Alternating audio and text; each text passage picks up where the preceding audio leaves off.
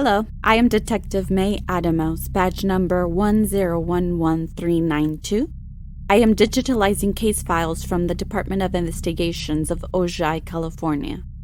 The department closed down 10 years ago when Dorothea Padilla, the lead detective in charge of the department, disappeared under unusual circumstances. Everything was swept under the rug when copious amounts of drugs were discovered in the detective's house. The two detectives working for her were transferred out of the department. Seeing as Ojai is a small town, I cannot see why a Department of Investigations would be in this police precinct. However, I can only assume that budget cuts forced them to close it down once the lead detective disappeared. Anyways, I'm not here to speculate. I'm only here to organize the case files that have been stored away for the past 10 years. There are only paper copies of the files with no backups, a very archaic form of documentation which is odd considering the amounts of computers that have been available to the department for 30 years, but I'm not here to judge. Case files are from 1990 to 2010, and I will be backing up by both written and recording formats in our database. Case 1 in 2005, missing person Beverly Layton, age 19. Original investigator Detective Dorothea Padilla, who compiled statements from several people who had interactions with Beverly Layton. First statement by Ruben Martin as follows. I was going to community college, and I did not know too many people, nor care to make friends. I just wanted to do well in my classes. Transfer to university, that was probably the reason why I did not notice it right away. There was a girl, Beverly. She always sat in front of me, and I was always concentrated on my notes. It took me a while to realize that her posture was off. She had a notebook in front of her, but she would never write in it. Her head was inclined to the side, her eyes staring at the wall. They always stared at the wall. Big wide eyes, she hardly blinked. Her face, normal at the start of class, would slowly transform into fear. Any noise would make her jump. She would start scanning the entire room before her eyes settled back to the wall. I thought she might have been on drugs and tried to ignore her, but it was the look of pure horror on her face that made me unable to look away. It was affecting my note-taking. I was unable to concentrate on the professor. Finally, one day after class, I caught up to her. I was planning to have a friendly chat, maybe invite her for coffee or a drink, maybe somehow get around to asking her what she was on. I was so invested in finding out why she was like this, it was disconcerting. If I could just guarantee it was drugs, it would make me less interested. Beverly looked at me with those wide eyes as I explained that I sat behind her in class and was wondering if she wanted to grab a coffee and study. I saw her eyes scanning my face very quickly. There were dark circles under her eyes, as if she hardly slept. She kept pushing her hair behind her ears, nodding along to whatever I was saying. I led her to a coffee shop that was about 2 blocks from the campus. I remember thinking it was strange she agreed so quickly, since I was sure she had never paid attention. Honestly, she seemed quite glad that I was with her. Her face for once looked devoid of fear. Even her eyes looked normal. She told me she did not take any notes, though I already knew that, but claimed she liked to listen. I shared my notes with her. She stayed quiet, reading my notes in her head. It was not uncomfortably, and she seemed so normal now that I did not have the courage to ask her what I wanted to know. I stayed with her for about an hour until I made an excuse to leave. She looked so upset by this and asked me if it was very important, and if it wasn't, if we could spend more time together. I was so flustered by this, I found myself agreeing. The day with her was pleasant enough. She talked about her roommate. She worked a lot, and Beverly would spend most of her day outside until her roommate came home. It seemed to me like she was afraid of being alone, but I did not want to bring it up in case I offended her. At one point, I stepped away to the bathroom and left her outside waiting. As I came back out, I saw her staring off into the wall. There was no one around, and that look of intense fear was back on her face. I could see sweat beads on her forehead as she clutched herself.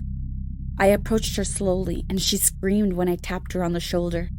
I wanted to laugh, except she looked genuinely upset that she had screamed. She kept apologizing profusely as if it was the worst thing in the world. It took me a while to get her to calm down.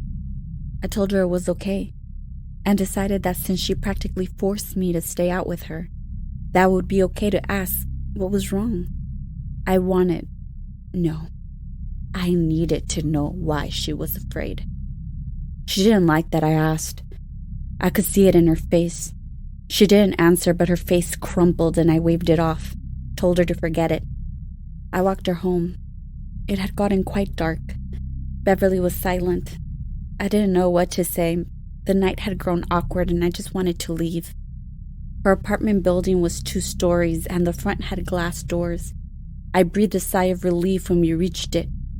I was going to tell her bye, thank her for the day, but when I looked at our reflection in the glass doors, I saw 3 people. Beverly, me, and a woman. At least I think it was a woman. I nearly jumped and turned around searching for her, but saw no one but Beverly and I. I turned to Beverly to ask her if she had also seen the woman or if I was tripping out when I saw the look of fear back on her face. Beverly was staring at the glass door with the same fear I was feeling. There was only the 2 of us in the reflection. I thought I must have imagined it. There was no one around us, so it was impossible for there to have been a 3rd person. At least, that is what I kept telling myself. I left Beverly right there in front of the glass doors and did not look back. The next time I saw her was back in class. She was the same as always, staring at the wall with the same expression.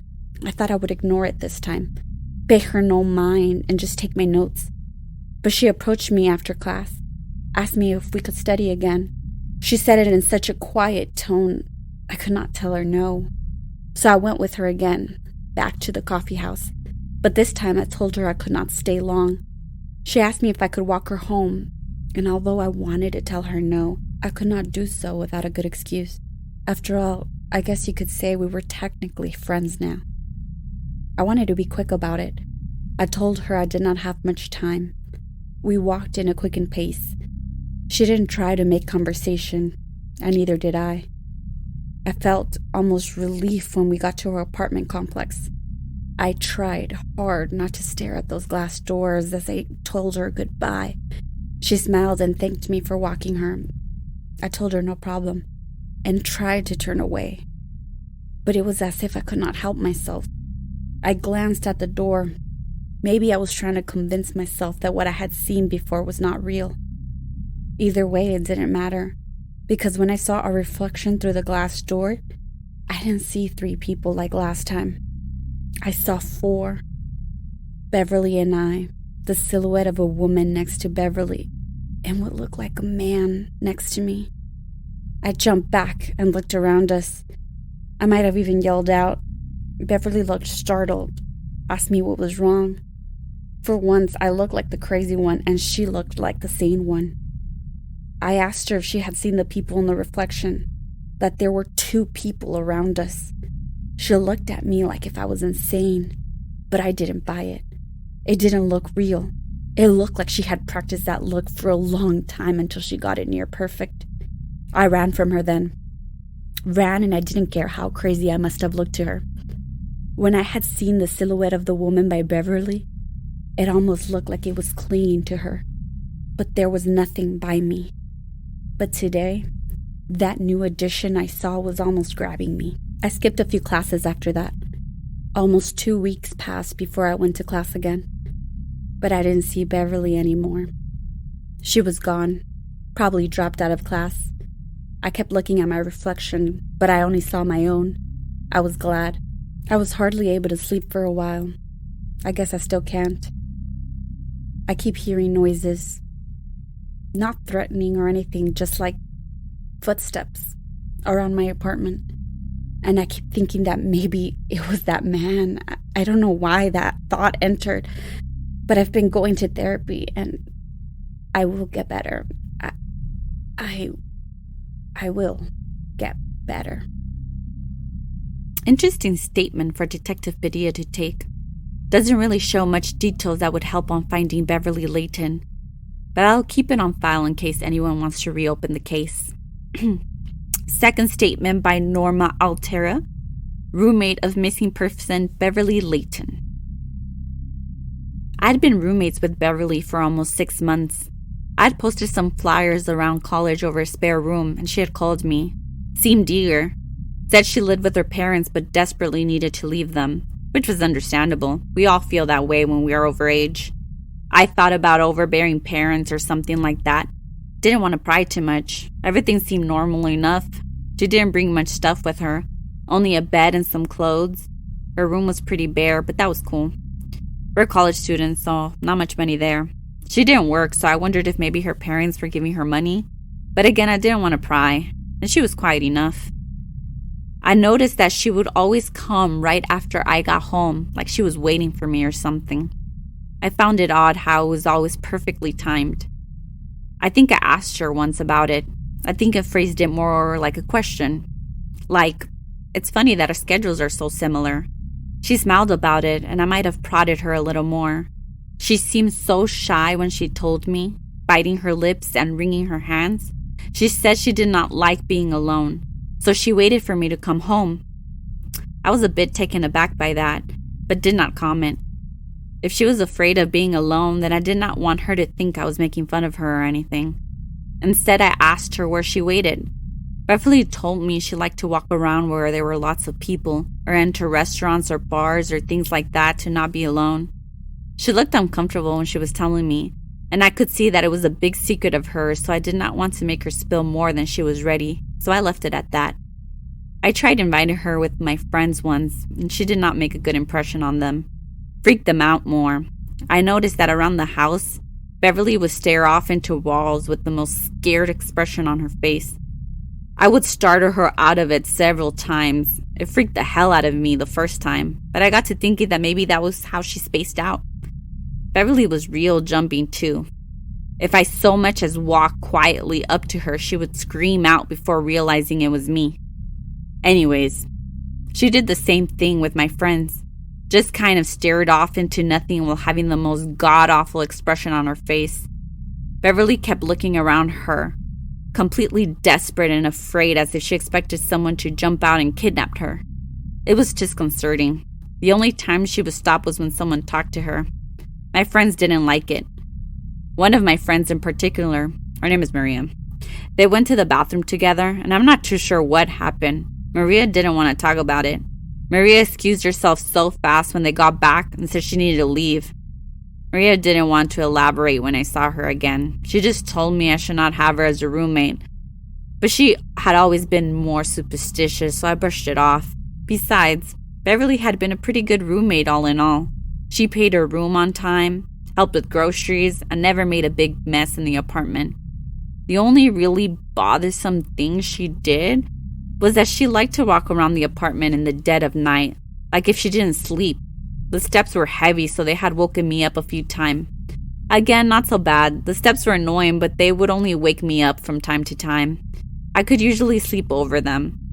I asked her about it, and again she got that scared look on her face before she told me it helped her get sleepy to walk around at night, which was normal enough, I suppose.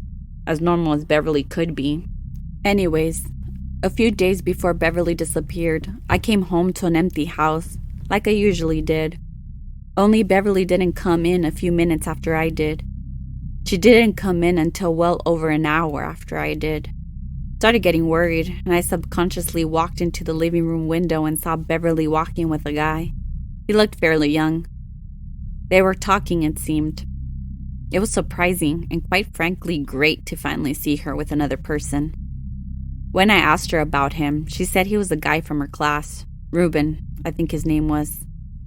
Beverly seemed kind of excited, maybe even a bit giddy. It was the first time she seemed like a normal girl, talking to me about how she might be starting to have a crush on him. She said she was going to see him in class tomorrow, and how she would ask him if he wanted to go out again. The next night when I came home, she did not come. I thought maybe she had gotten lucky and was spending the night at his house, so I just went to sleep. But I woke up in the middle of the night when I heard those god-awful footsteps, and I figured she had come in, and I went back to sleep.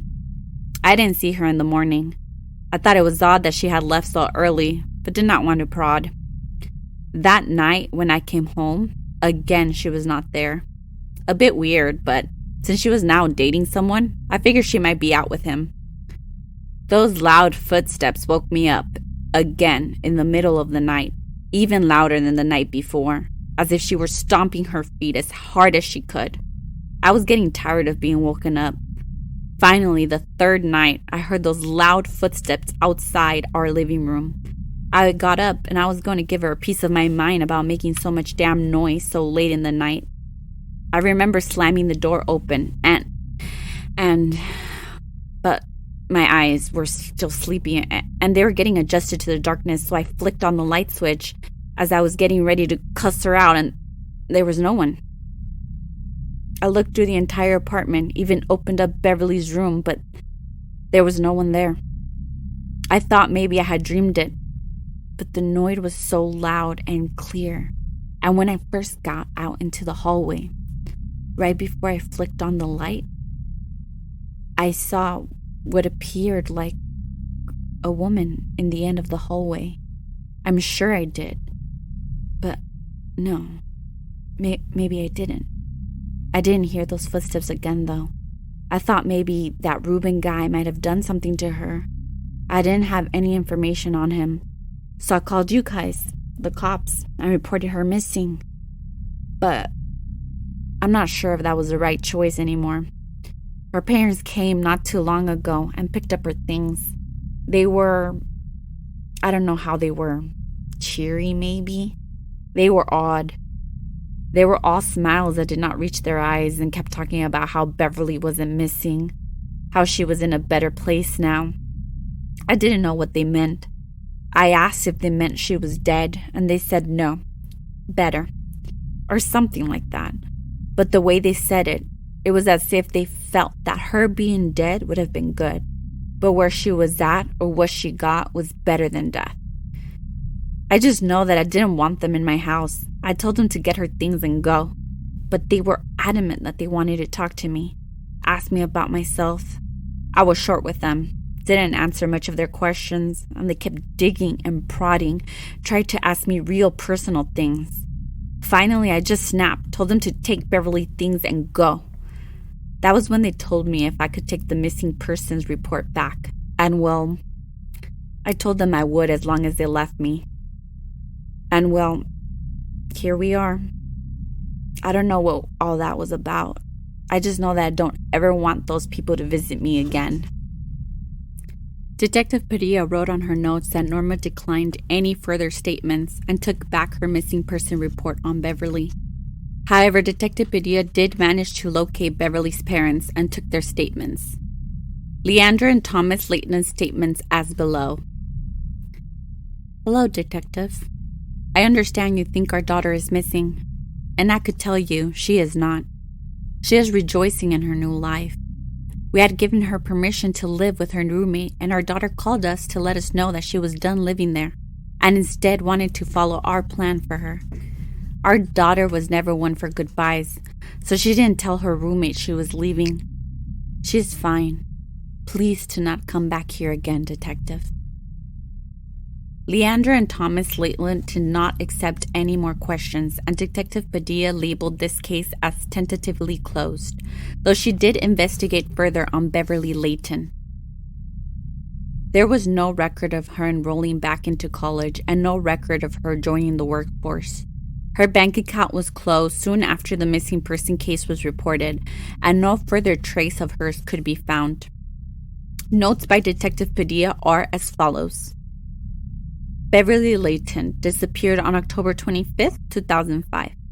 Parents Leandra and Thomas Leighton are complacent in her disappearance. However, with formal drop in missing person case, we can no longer pursue. It seems as if Detective Padilla did believe that Beverly was missing and believes that the parents played a part in it. There does not seem to be a follow-up on this case, which means that the last time it was looked at was in 2005. I'll label this as a case file that needs to be reviewed. I ran a background check on Beverly Leighton to see if anything new in the last 15-odd years has turned up. Beverly was 19 in 2005. That would put her as mid-30s now. However, background check turned up with no information about her. No bank accounts, no jobs or housing history, and no tax history. The only information on Beverly Layton is from 2005, which means that she might still be missing or dead. It might be hard to get this reviewed immediately since the case was technically closed, but I'll make sure it gets reviewed as soon as possible. For now, I will file this case as missing person.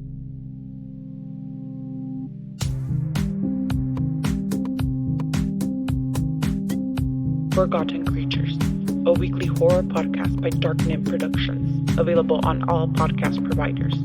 For more information, follow us on Instagram at Forgotten Creatures Podcast.